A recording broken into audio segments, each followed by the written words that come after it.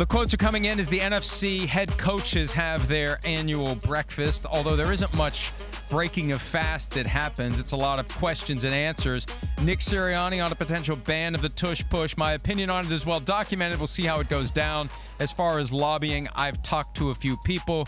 Matt LaFleur, who is the coach of the team that has proposed the change. When you look at the play, it's more of a rugby play. It's not really a football play. Sean McVay told me the same thing sitting right there yesterday, Chris. Right. I saw it's him. not a football play. Actually, you know what? Don't take my word for it as if you ever would. Here's Sean McVay from yesterday about his views on the tush push. What I don't like is the optics of that play. It looks like a rugby scrum. And there are some health and safety things, which those things exist in short yardage and goal line situations as well. So I'm kind of conflicted because you don't want to be a hater because they do it better than anybody else. So I don't agree with that. But I also wish we didn't let the play in the first place in regards to just the optics of what it looks like. Doesn't look like football to me. And John, you know, those guys, they understood it, but obviously you know where they stand on that. It doesn't look like football. It does, and that's the key. And he was talking about John Ferrari and Howie Roseman because there was an animated conversation on Sunday with Sean McDermott, who is in the anti-tush push camp, even though his team uses it. They don't use it. The thing is, we talked about this yesterday, the Bills would still be able to do it the way they do it because they don't do an immediate push. It's more of a second act once Josh Allen has picked a lane. But it was Sean McDermott, Sean McVay, having an animated conversation with Howie Roseman, the GM of the Eagles, and John Ferrari, the assistant GM, about this play. And it's obvious where everyone comes down if you have an interest in it, and everybody has an interest in it. But then there's the neutral group, and this is why I think no rule is going to change here. The neutral group seems to be a little bit like, hey, they do it well. They do it well. Why are we messing with it? Exactly right. And That's when what it you seems need like to 24 votes to change it, I don't think you're – if it took half – like if it took 17 out of 32, maybe. Right. But you're not going to get to 24. I wouldn't expect it, at least not right now. And that's why I asked, just in the last segment with Kevin Warren and stuff, is this the kind of thing that gets maybe tabled and goes down to May, right? Because it does seem like there's a lot of conversation around it. I am shocked, okay? I really am. McVay, LaFleur, how strong some of the coaches are coming out against this a little bit. I'm surprised. I didn't think we were going to see this. I thought we might see a little bit of a wishy-washy take, and we're going to look at it. I'm not sure. But McVay and LaFleur kind of spearheading the charge here a little bit in the conversation of it doesn't look like football to me. Okay, so I get that, right? And if they were here, I mean, I know them. I would love to have these conversations with them. What I would say back to like Sean McVay and what he says there is it doesn't look like football. I go, well, so what are we going to do here? Just the push from behind is going to change the look of this? That's what I don't. And delaying it by a second, well, the delay, it's not going to change I told you yesterday on the show, or maybe it was Monday, like, I bet you if we watched 100 tush push plays. Yesterday was Monday, by the way. Well, yeah, you're right. Duh. I bet you if we watched 100 tush push plays, I bet you the guy pushing him from behind is not as effective on the play as we really think he is, right? The beauty of their play is that they have these big guys and a quarterback who are strong, who have found a technique and how to fire off the ball and basically just get the 2 yards they need to get at every time. And right now, I've heard nothing that fixes that. So that's where I guess I don't understand maybe some of the pushback, because I go, okay, so they stop the push from behind immediately.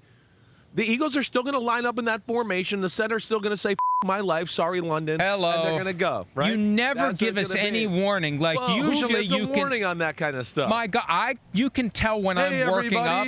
Cover your ears. Not that. But when I do it, you can tell I'm working my way toward an eruption of some sort, that I'm getting animated and it pops out. It just kind of casually flies out. Here's the reality. Okay. But do you know what I'm saying? I know exactly what you're saying. There? I know exactly what you're saying. I feel like this is a manifestation of just a visceral belief that it's not football. This play isn't football. So what can we do about this play? It's not football. We have to do something. What can we do? I don't like the Packers' proposal because it doesn't really change anything. You're still going to have what's basically a glorified, modified quarterback sneak. You're going to have short yardage plays. And this is where the justification for change, when it spills over into injury data, because we're hearing this now. Well, is there injury data? Well, the injury data is inconclusive. Well, we're trying to be proactive to get ahead of it before there is injury data, before somebody does suffer a serious injury as a result of one of these plays. I think framing the analysis is the challenge here, because it's still a 4th down or a 3rd down in short play. You're still going to have an intense gathering of humanity. Exactly right. So how much does allowing the push from behind increase the risk of a play that's already going to be an intense play? A little bit here, right? You're already having a short yardage goal line play. Saquon pushing Jalen Hurts isn't like the part that's making all the D linemen go, "Oh my gosh, the play is too much." It's not that element. That's what I don't understand. It's the front wall. You can't, exactly. by addressing the back wall, right, you're not affecting the front wall, and the problem is the front wall. That's what I'm trying to say. And the push that comes from behind is not the thing that is breaking the camel's back. Exactly right. And that's where I don't understand exactly the language, what we're arguing here, and how it really changes. And you're just telling me what? Now that we line up in that, and I don't know, I mean, whatever. I take a step to the left. That's okay. I mean, what's the line of demarcation here to what's acceptable, what's acceptable, anything going forward? And to your point, yeah, that's what I'm trying to say. Has nothing to do with the guy in the back. That's not the problem. It's everything about what's in front. And the other thing that's on top of that with what's in front, and you explained it perfectly, thank you for doing that for me, is that nobody else has the people up front that could do that. And that's where it doesn't look cool in the optics of the NFL or me, or like what Sean McVay said. And I give him credit because he realizes he's going to be pigeonholed a little bit as a hater, but at the same time he has his concerns, and I'll give him credit for voicing the thing that. He said to me that resonated the most, we never should have allowed this. And I go back to 2006. Right.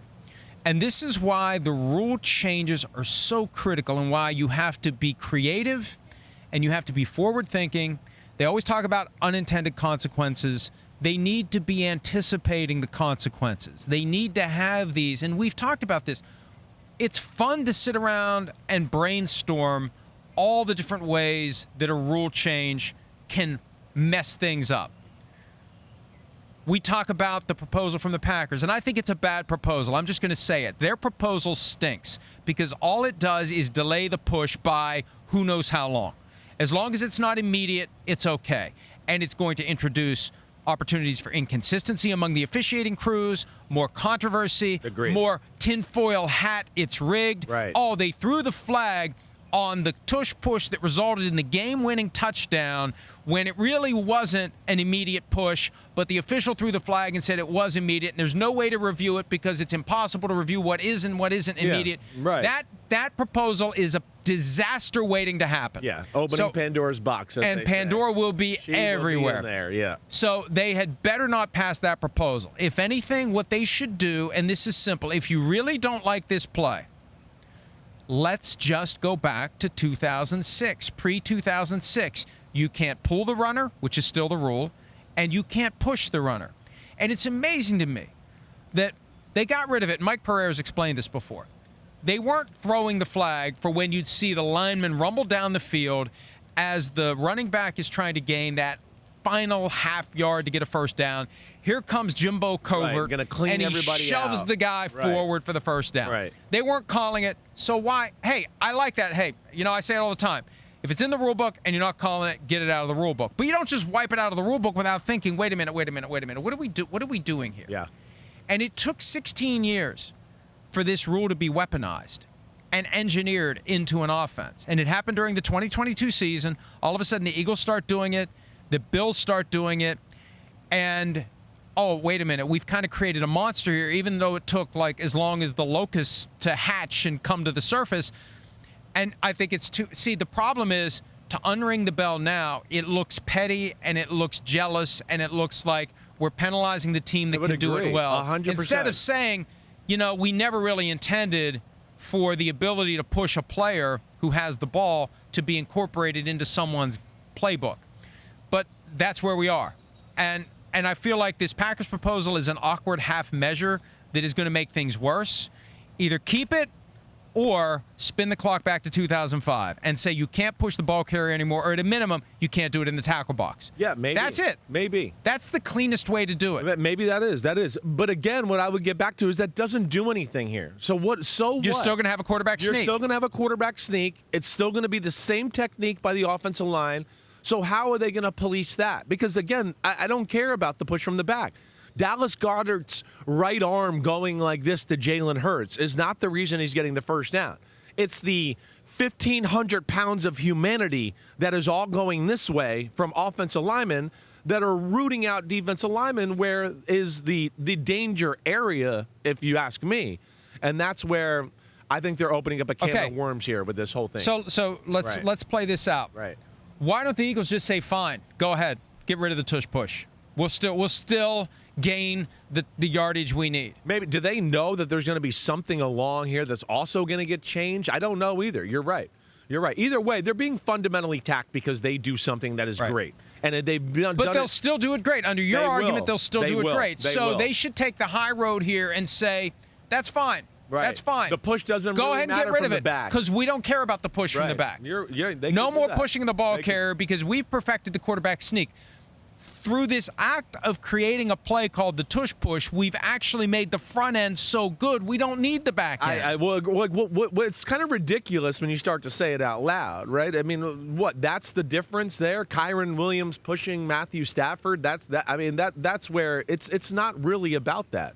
And that's not the issue here at play. And I don't know how they fix the actual issue. That's the problem. And for me, this doesn't do much at all. I think they probably fear. But it started as a downfall of starting all of it. That's what I was going to say. They're going to fight back against That's my point. Because they don't want, we gave you this, now we take away that. And it's then we the gun control argument, not to get political, but, you take this, then you're going to take this, and you're going to take this, and the next thing you know, we can't have guns. Splits, we can't do that. First is this, first. And they did a little bit of that last year. With where the guys are lined up and how far they have to be behind the line of scrimmage, because you can't be in the A gap right next to the quarterback, so you can push him from there. You got to be behind by a yard. So it's a little change until they neuter that play, and I think that's what the Eagles fear. Right. We have to draw a line in the sand now, because if we don't fight this, then the next year the battle is going to be how far apart the linemen have to be and how they hunker down and how no 4-point stances for offensive linemen. That's where I think they're putting the push back. Yeah. That's where I think you're right. That eventually the front wall is going to be attacked. They're going to be attacked, so they're going to stop it now. And as I kind of mentioned a few minutes ago, I see Diana Rossini,